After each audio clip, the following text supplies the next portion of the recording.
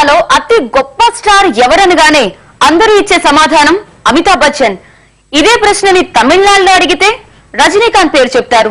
కానీ ఇప్పుడు వీరిద్దరికన్నా మించిన వాడు ఒకడు వచ్చారంటున్నారు టాప్ డైరెక్టర్. ఆ ఒక్కడు ఎవరో కాదు, మన మహేష్ నట. వరుసగా 2 సినిమాలు హిట్స్ రావడం అంత ఈజీ కాదు.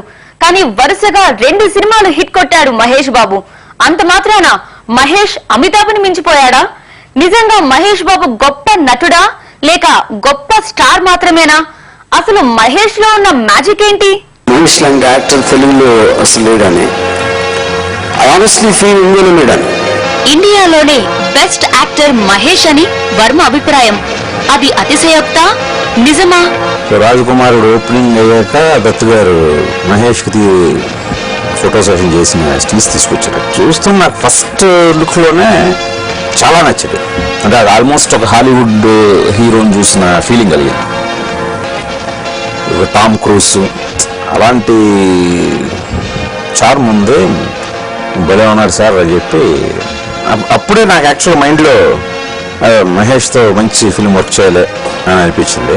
మహేష్ బాబుకి మొట్టమొదటి భారీ హిట్ ఇచ్చిన దర్శకుడు గుణశేఖర్ ఒపీనియన్ కూడా దాదాపు వర్మ అభిప్రాయమే. హాలీవుడ్ రేంజ్ హీరో అని గుణశేఖర్ అంటున్నాడు. Mahesh Babu directors actor. డైరెక్టర్కి ఏం కావాలి అనేది 100% చేస్తాడు. మనం ఒక కథ రాసుకుని సీన్ తీసుకెళ్ళడానికి ఇస్తే దాన్ని ఇంకా బెటర్ చేస్తాడు. దర్శకుడు తేజ కూడా మహేష్ బాబు ది బెస్ట్ అంటున్నారు. ఈ దర్శకులే కాదు, ఇప్పుడు పలువురి అభిప్రాయం అదే. క్లాస్ ఆడియన్స్, మాస్ ఆడియన్స్ మాట కూడా అదే. అమ్మాయిల ఫేవరెట్, అబ్బాయిల ఐకాన్ అతడే. ఇంతకీ మహేష్ ఇండియాలోనే ది బెస్టా? మహేష్ ది హాలీవుడ్ రేంజా? హాలీవుడా బాలీవుడా అనేది పక్కన పెడితే ఇప్పుడు మహేష్ మేనియా అందర్నీ పట్టుకుందనేది వాస్తవం. స్క్రిప్ట్ ని మించి ఒక హీరో కరిష్మా హైలైట్ అయ్యిందంటే ఆ స్టార్ సూపర్ స్టార్ అని అర్థం. ఆ రేంజ్ కి మహేష్ వెళ్లి చాలా కాలమే అయింది. కానీ ఇప్పుడు అతని కరిష్మా, అతని యాక్టింగే కథావస్తువవుతోంది. అతను చెప్పే మాటలే స్క్రిప్ట్, అతని ఫేసే అందమైన లొకేషన్లు. అందుకే మహేష్ పై ఇంతగా ప్రశంసలు, అందుకే మహేష్ గురించి ఇంతగా డిస్కషన్. ఇప్పుడు అందరికీ తెలిసింది, ప్రస్తుతం ఈ ప్రిన్స్ కి ఫాలోయింగ్ ఏ స్థాయిలో ఉందో దూకుడు బిజినెస్ మ్యాన్లతో ప్రూవ్ అయింది. కొత్త తరానికి ప్రతినిధి అతనే, నవతరంలో ది బెస్ట్ అతనే. సూపర్ స్టార్ అనండి, ప్రిన్స్ అని పిలవండి. ఇప్పుడు బాక్స్ ఆఫీస్ వద్ద అతనే రియల్ కింగ్. అంతేకాదు, బెస్ట్ యాక్టర్లలో ఒకడు. ఇంకా చెప్పాలంటే ఒక అద్భుతమైన స్టార్ యాక్టర్. మహేష్ దగ్గర ఇంకొక చాలా చిన్న ప్రమాదం ఉంది. ఏంటంటే వన్స్ మనం మహేష్తో ట్యూన్ అయ్యాక అతని నుంచి బయటపడలేం. ఒక అడిక్షన్ అంటారా, అలా మనం బానిసైపోతాం అతని యాక్టింగ్ స్కిల్స్కి కానీ అతని ప్రొఫెషనలిజానికి కానీ. సో నేను అలా అయిపోయి వస్తున్న 3 సినిమాలు చేసేయడం జరిగింది. వెంటనే చేసే అన్నంత బలహీనత వచ్చేస్తుందండి మనకి. గతంలో మహేష్ ఎన్నో హిట్స్ ఇచ్చాడు, ఉత్తమ నటనని ప్రదర్శించాడు. కానీ ఇప్పుడే ఎందుకు ఓ రేంజ్ కాంప్లిమెంట్స్ వస్తున్నాయి?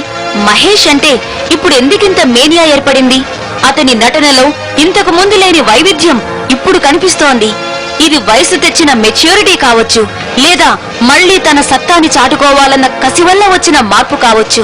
కారణం ఏదైనా అతనిప్పుడు సంపూర్ణ నటుడిగా మారాడన్నది నిజం.